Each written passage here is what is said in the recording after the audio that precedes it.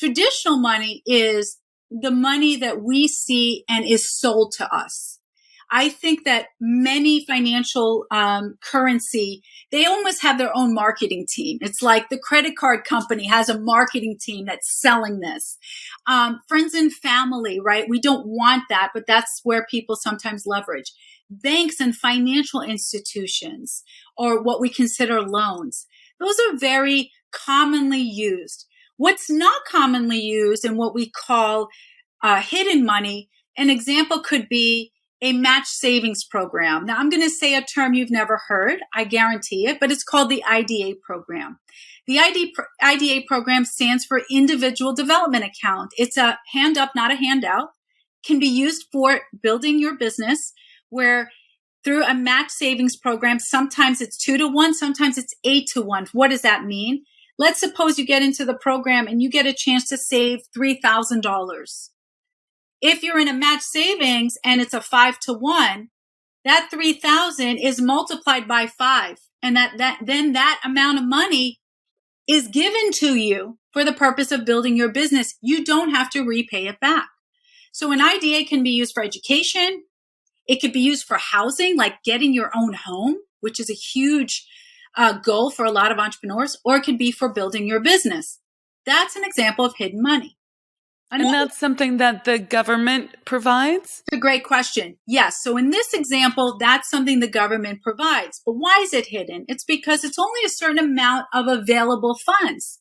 So you have to know first where the funds are, and then you have to apply for the funds. 70% of our clients qualify for funds. But if you don't know where the funds are and you don't know how to get the funds, you won't get the funds. So one of the things I teach is don't consider debt as your only outcome. Another example you asked about is new tax market credits. When I filed bankruptcy, and by the way, I want to just say to the audience, it was the best decision I ever made in my life. The best decision. Sometimes the hardest moments in our life are the gifts we're given that allow us to pivot. And this was another example where after filing bankruptcy, there was no way any lender would look at my business and consider me for a commercial loan. I knew this. But I had a dream that I wanted to own my own space because I was tired of paying the lease, which was really expensive for my business. And in 2008, I got this incredible opportunity to apply for this privilege of owning my own office. And I remember saying to my colleague, I'm like, I can't apply. I filed bankruptcy. They're not going to look at me. And they said, no, you don't understand. This is a special program for women, minorities, and new immigrants. And if you apply, you only have to have a few criteria. They just want to know, have you been in business in 3 years or more? I'm like, yes. Have you done something significant in the world? I'm like, yes. And do you currently reside in the county? I'm like, yes. Instead of putting 20% down, I only had to put 6% down. My interest has been fixed since 2008 at 0.04%.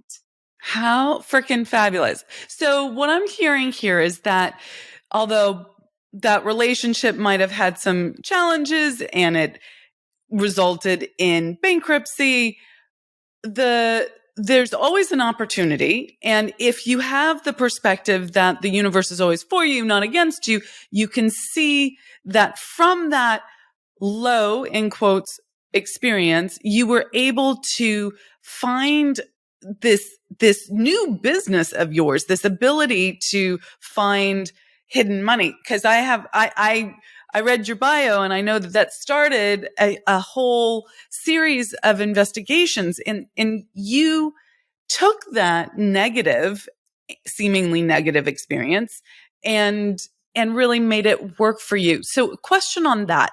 What do you think was the defining trait that you have that allowed you to do that? Because many people would be crushed. Many people would not have resilience, would not pick themselves up and start again, would not dare to start another business, much less around money, right? Given this label and you know, for better or worse, the shame that comes with bankruptcy in this country. So what gave you that resilience? That's such a great question. I am known for believing in the impossible before it's possible. And the moment that I determined I was going to go after it was 2 weeks after filing bankruptcy. I received a credit card, actually from Capital One. It was for $200. Now, how many of your audience members would do this? This is what happened. I received it and I said, why would a credit card company give me $200? I just filed bankruptcy. But here's where the magic happened. See, I remembered as a little girl, I would play the game Monopoly. And here's the game. If you've never played, you can be totally broke. Everything is mortgaged. But if you roll the dice and pass go, the banker has to give you $200. That's how the game works. And at that moment, the universe gave me exactly the amount that I would have gotten as the banker giving it to me. And I said, oh my God, I just got played back into the game. That's what I said to myself. And then I said, now that I'm played back in the game with $200, how can I uncover every resource, every grant, every opportunity for people like me? And that's what made it happen. Yeah. It's getting to that magic. It's realizing the opportunities are in front of us and taking the challenge.